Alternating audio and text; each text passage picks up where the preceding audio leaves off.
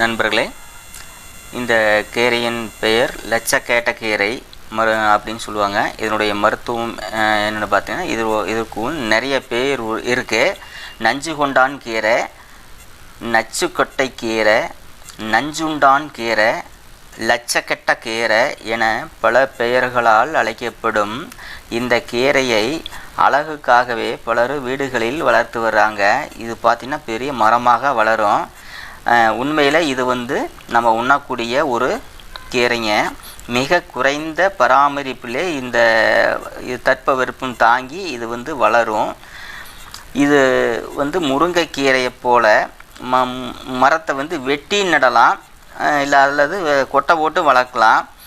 நண்பர்களே, இது மூட்டு வலிக்கு, இடுப்பு வலிக்கு ஒரு சிறந்த மருந்தாக இது பயன்படுது. எப்பேற்பட்ட இடுப்பு வலி, கையால் வலி இந்த மாதிரி